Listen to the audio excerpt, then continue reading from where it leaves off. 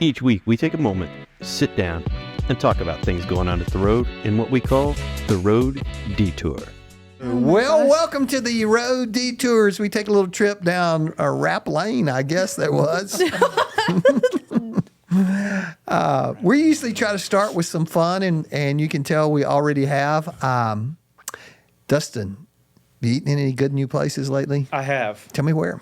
The Big Biscuit. Is it good? It's in Midwest City. It's like Southern style breakfasty food, like biscuits and gravy and pancakes and the chicken and all. It's really good. Really Highly good. recommend. Very Love good. chicken. Calorie count? Yes. Yeah. Very. Absolutely high calorie. Steph and I went to Jimmy's Egg last Friday for breakfast. Yeah. We did that on staff retreat. We did. It was Yeah. good. Yeah.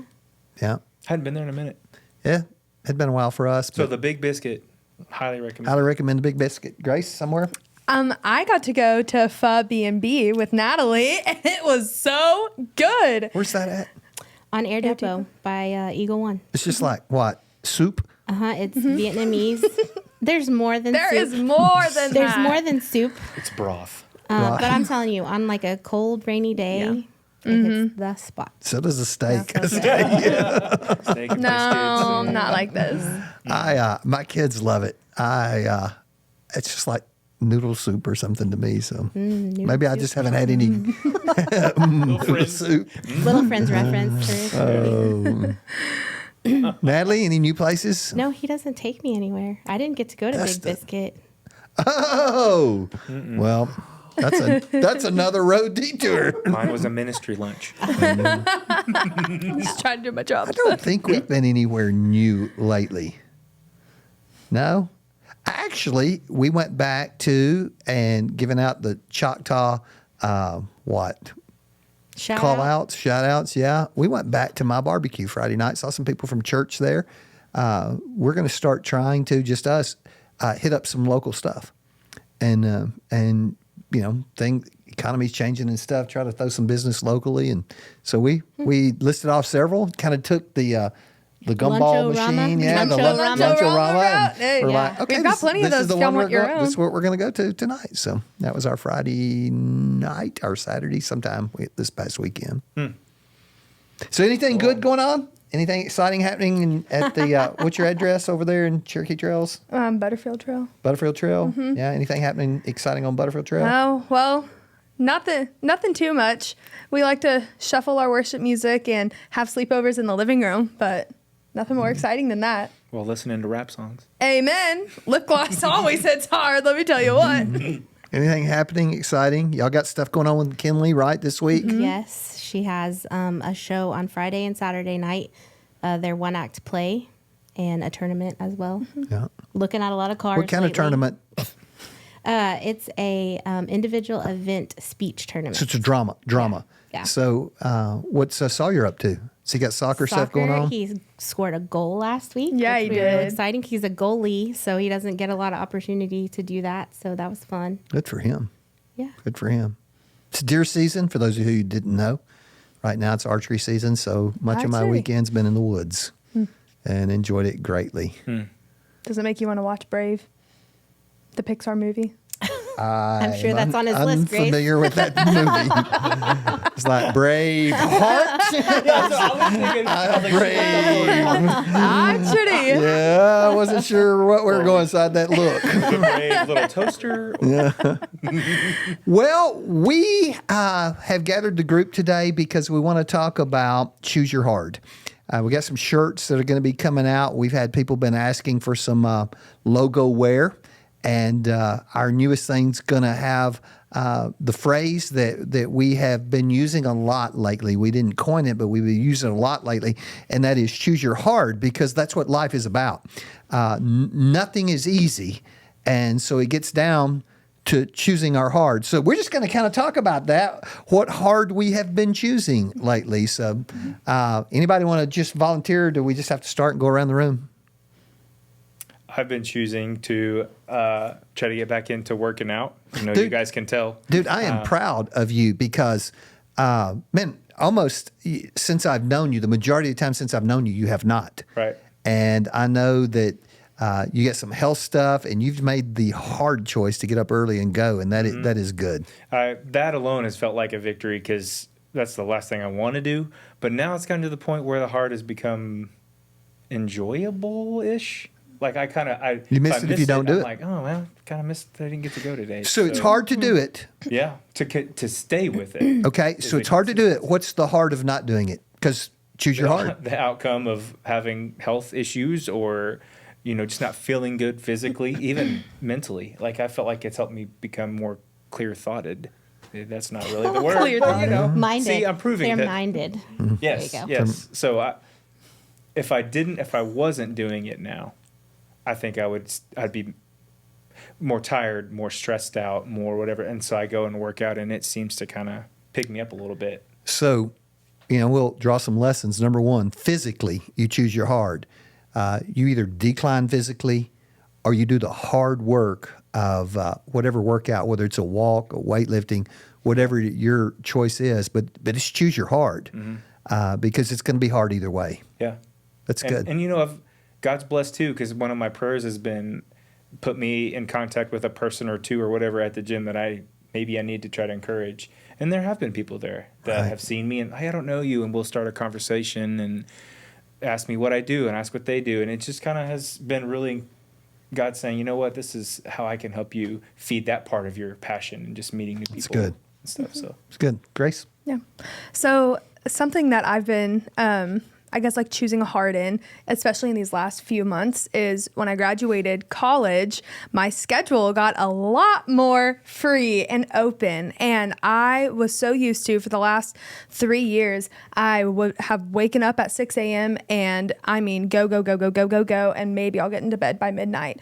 And obviously that is not the healthiest thing in the world. Right. And so coming out of that season, I was really struggling with choosing the hard of not being busy this summer and understanding that rest is important. Sabbath is important.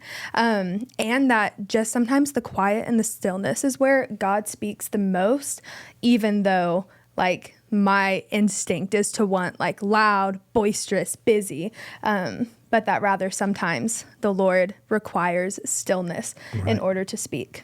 Very good. Very good. Natalie, you got anything?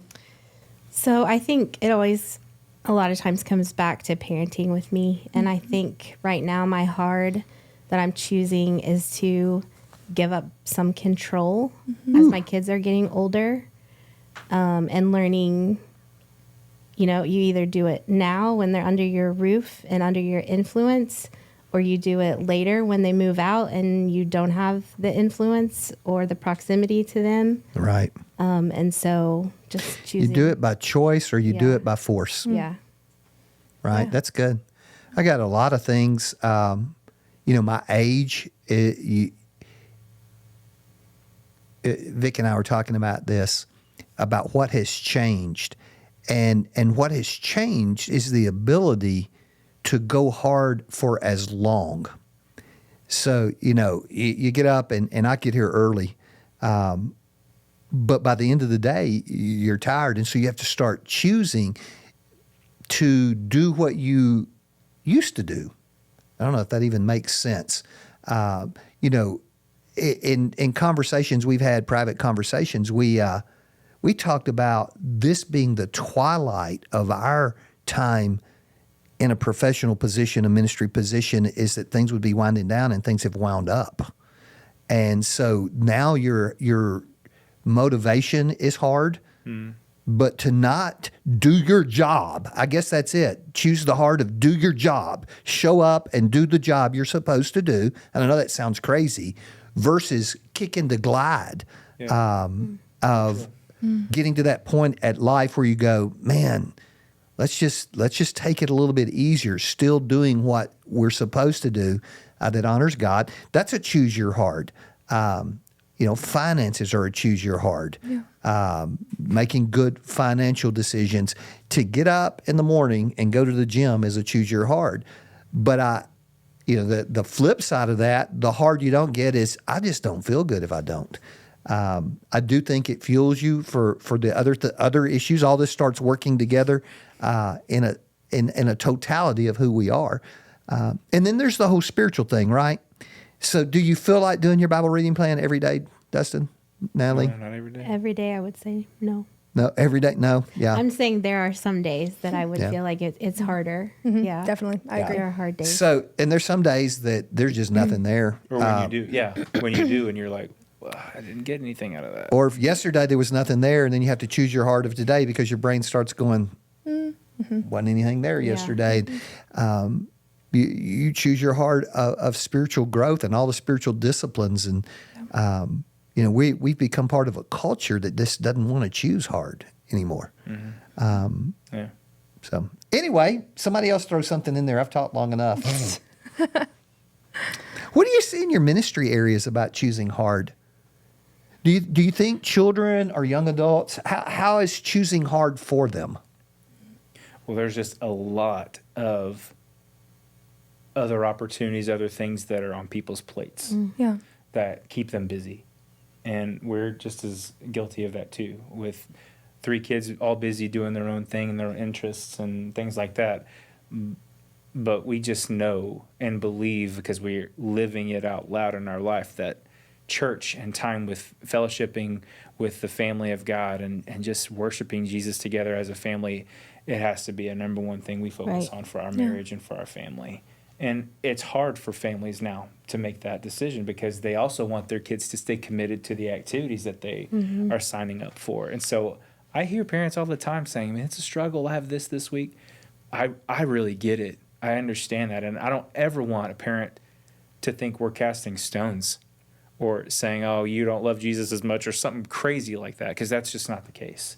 But that's a definite hard that even our kids are saying, well, I want to show up for this, but I can't because I have this going on. So flip side, choose your heart, spiritualize, prioritize spiritual pursuits. Yes. Whatever you want to call that, whether it's personal, family, corporate.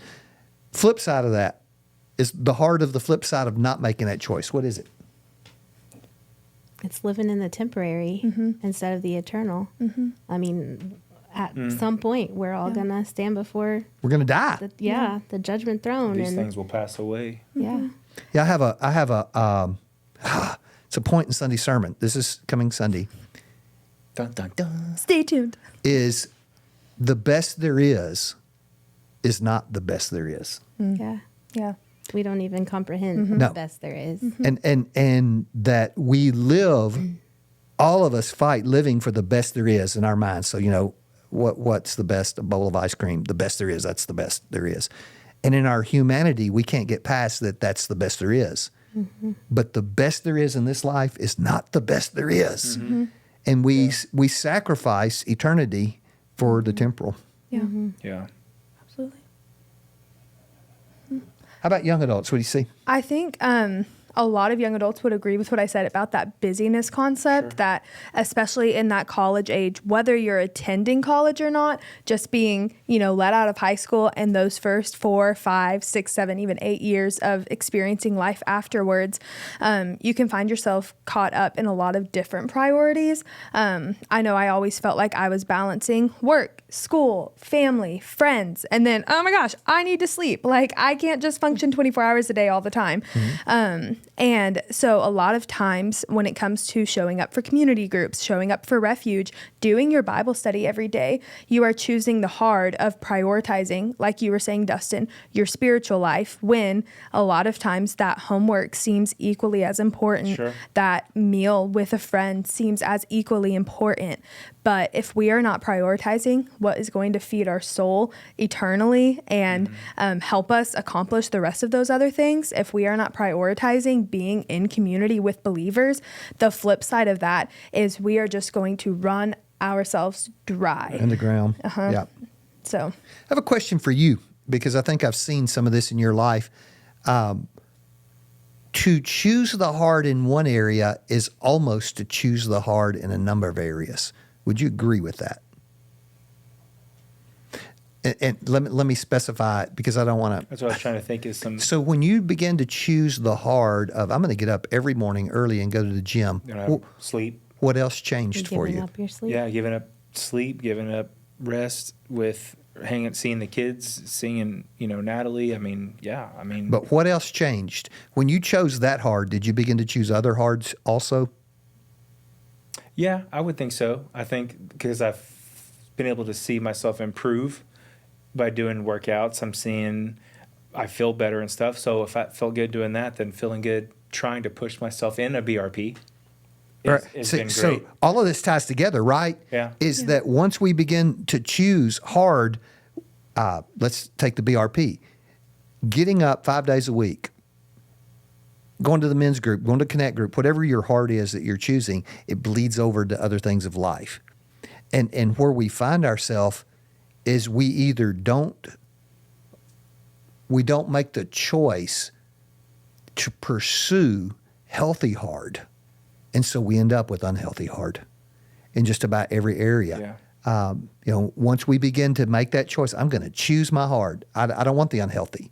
I want the healthy, and I'm going to choose the healthy. Mm-hmm. Then it begins to bleed over into other areas of life to begin to practice those disciplines that affect us financially, physically, spiritually, emotionally, relationally, in just about every way. But I can see it in you, and I don't know if you even know that I can see it in you. I mean, that's great. I'm glad to hear that. Thank you. My mind immediately has now gone to, it's allowed me to have more intentional conversations with even my kids. Not just the surface, hey, I love you, have a good day, or good job, McKinley, on your tournament. It's me trying to be more intentional with, how are you, Payson? Let's have hard conversations with, how are you really doing with this area of your life? Stop right there, brother, because I think that's one that needs to be talked about, and that is choosing the hard conversation versus choosing not to have it. Yeah. That's good. That's a big Yeah. one. It is a really big Because one. that would be my excuse, is I'm just waiting for the You right want to tell us time. what you and Payson talked about?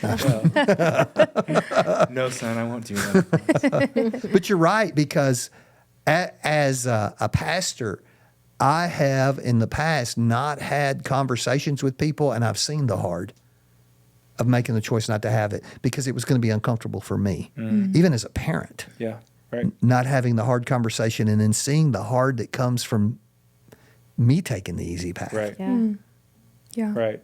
And I think when you pursue the hard, and especially if you're a parent or a grandparent and your kids see you trying to push, I've gotten a little more encouragement from Natalie and from my kids to just, Dad, I can tell you're really trying. That's really cool. And that's pushed me to want to continue on and go harder. Doesn't make the harder easy by any means, but it has made me see that, man, God is blessing your effort. Yeah. And a lot of times sometimes we think, well, if I'm just going to do this, it's going to eventually come naturally. Well, I think God has to be in our effort too. Yeah. Okay, I'm going to throw one more at us. All this, by the way, we didn't prep this, we didn't rehearse this, so this one may be difficult. A hard you may choose in the future. Maybe a hard you need to choose, or hard you want to choose. Yeah. Gosh. Okay, silence Like on if video obviously doesn't work good. It's hard because you feel like you're locking yourself into something if you vocalize it. You know Yeah. what I mean? Yeah, so true. If I say this, then I'm gonna have to follow through on that, and that's What that's hard. about the hard of complacency? Like, you feel, I will be honest here, I love my job. I love it. But is this where God's going to always have me doing children's ministry? I have no idea. I love it. Hopefully he'll keep me around. Hopefully she'll keep me around. But I feel like if I just think and rest in the fact that I'm good in the here and now, and I'm not looking long term at what some hard decisions. So your could come. hard is what the future looks like. Yeah. I mean, For that's sure. great. That's simple, actually. And maybe just committing to like having a willing and open spirit to be led by the Lord in the future for you whatever. know, So the- for comes. whatever. Which kind of means the hard can be scary. Yeah, it's unknown. Letting a kid go, to do their own the future. Yeah. Not Yeah. knowing it.